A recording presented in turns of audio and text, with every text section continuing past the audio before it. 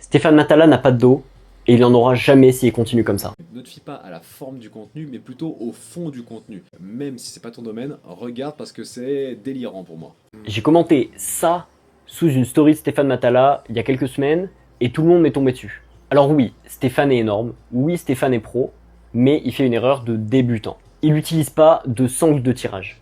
Ça, c'est les trucs qui sur les réseaux sociaux sont délirants. On a un mec qui sort de nulle part, ce mec-là, qui va dire à un professionnel dans son milieu qui va sûrement péter les scores, qu'il s'y prend mal et surtout qu'il a pas de dos.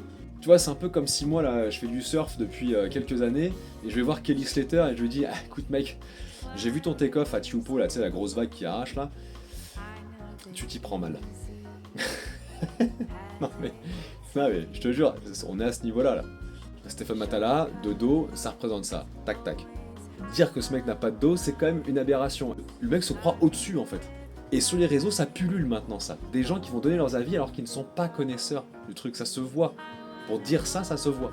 Donc faut toujours faire attention, remettre en question ce qui est dit, avoir un regard aiguisé, et avoir confiance aussi, peut-être suivre la personne sur plusieurs contenus pour comprendre un peu l'idéologie qu'il y a derrière. Mais quand je vois ça, je me dis waouh, mais les réseaux là, il y a du bien, il y a du moins bien. Ça fait partie du moins bien parce que je suis désolé, mais chacun doit effectivement parfois savoir rester à sa place ou regarder ce qui se passe et se renseigner avant de parler. Sacré monde, hein.